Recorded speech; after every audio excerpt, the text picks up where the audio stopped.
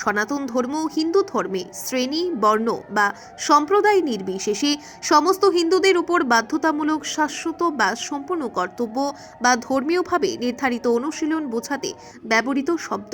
বিভিন্ন গ্রন্থে কর্তব্যের বিভিন্ন তালিকা দেওয়া হয়েছে, কিন্তু সাধারণভাবে সনাতন ধর্মের মধ্যে রয়েছে সততা, জীবকে আঘাত করা থেকে বিরত থাকা, পবিত্রতা, সদিচ্ছা, করুণা, ধৈর্য, সহনশীলতা, আত্মসংযম, উদারতা এবং তপস্যা ইত্যাদি গুণাবলী। সনাতন ধর্ম স্বধর্মের সাথে বৈপরীত্য, একজনের নিজস্ব দায়িত্ব বা বিশেষ কর্তব্য যা একজন ব্যক্তির ওপর তার শ্রেণী বা বর্ণ এবং জীবনের স্তর অনুসারে প্রদত্ত। শুক্রবার রাতে শঙ্কর মঠ ও মিশন প্রাঙ্গণে আয়োজিত ধর্মীয় সভায় বক্তব্য রাখতে ভক্তদের উদ্দেশ্যে উপরোক্ত মন্তব্য করেন গুরুদেব শ্রীমৎ স্বামী তপানানন্দ গিরি মহারাজ। সভায় মহারাজ উপস্থিত ভক্তদের উদ্দেশ্যে আরো বলেন, ভারতীয় ধর্মীয় চিন্তাধারায় কিছু ধ্যানের শৃঙ্খলার সর্বোচ্চ লক্ষ্য। এভাবে সনাতন ধর্ম হিন্দু ধর্মের শাশ্বত সত্য এবং শিক্ষার একটি সমার্থক শব্দ হয়ে উঠেছে, যেটি শুধুমাত্র ইতিহাসের সীমা অতিক্রমকারী এবং অপরিবর্তনীয় নয়, বরং অভিবাজ্য এবং শেষ পর্যন্ত অসাম্প্রদায়িক হিসেবেও ধারণা করা হয়েছে।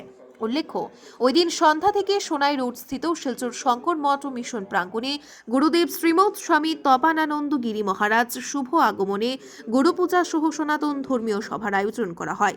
এদিন উপস্থিত দেশ বিদেশ থেকে আগত সাধু সন্তদের উপস্থিতিতে উক্ত মিশন প্রাঙ্গণে ধর্মীয় সুন্দর ও উৎসব মুখর পরিবেশে পরিণত হয় ও উপস্থিত সাধু সন্তদের পরিচালনা কমিটির পক্ষ থেকে উত্তরীয় ও হাতে শ্রী ভাগবত গীতা তুলে দিয়ে সম্মান প্রদান করা হয়। এদিনের সনাতনী ধর্মসভায় আন্তর্জাতিক গীতা প্রচার সংস্থার তথা শঙ্কর মঠ ও মিশনের অধ্যক্ষ শ্রীমৎ স্বামী তপনানন্দ গিরি মহারাজ সহ উপস্থিত সাধু সন্তরা মাঙ্গলিক পঞ্চপ্রদীপ প্রজ্বলনের মাধ্যমে শুভারম্ভ হয়। এদিন সম্মানিত অতিথি হিসেবে উপস্থিত ছিলেন এই অঞ্চলের বিশিষ্ট লেখক, কবি তথা বরাকের নতুন দিগন্ত প্রকাশনীর স্বত্বাধিকারী মিতা দাসপুর কায়স্থ। সম্পূর্ণ অনুষ্ঠানটি সঞ্চালনায় ছিলেন শিলচর শঙ্কর মঠ ও মিশনের কর্মাধ্যক্ষ শ্রীমৎ বিজ্ঞানানন্দ ব্রহ্মচারী মহারাজ। সহযোগিতায় ছিলেন শ্রীমৎ রামেশ্বরানন্দ ব্রহ্মচারী, সভাপতি রঞ্জিত মিত্র, সম্পাদক বিপ্লব দেব, সহ সভাপতি রামদেবনাথ সহ আরও অনেকেই। ব্যুরো রিপোর্ট, আজকের বড়া। আমরা সবসময় সাধু সঙ্গের কথায় শ্রবণ করি। সাধু সঙ্গ করা, সৎসঙ্গ করা আমাদের কর্তব্য। একবারে প্রথম স্বাগত ভাষণ থেকে সেই কথাগুলি আমি শুনছিলাম আজকে আমাদের উদীয়মান ব্রহ্মচারী রামেশ্বরানন্দ মহারাজের মুখ থেকে। আমি খুব আনন্দিত হয়েছি তার সৎ সাহস দেখে। সে এখানে মাত্র অল্পদিন এখানে আছেন, এখানে সে থেকে তার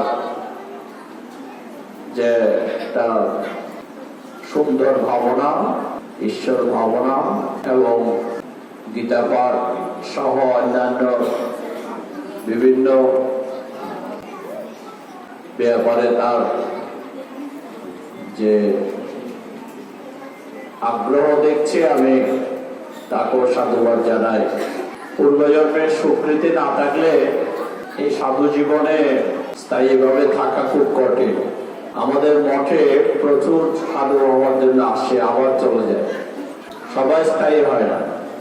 আমি যখন মঠে এসেছিলাম যুদ্ধ বিধ্বস্ত মঠ গুরুদেবের সঙ্গে, তখন যুদ্ধের পর কোনো ব্রহ্মচারী সাধু ছিল না।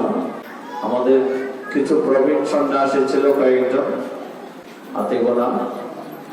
আমি আসার পর আমাদের বিভিন্ন মহারাজদের আমরা যে পেয়েছি, গুরুদেবের আদর্শ উদ্বুদ্ধ হয়ে ত্যাগ ব্রত অবলম্বন করে মঠে Sanatana Kamu Ved, Chakra Ved, Rig Ved, Samaved, Yataved, Ashaved, Pratik Ved,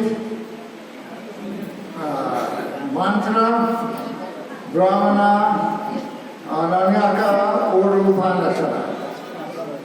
3 भाग कर्मकांड।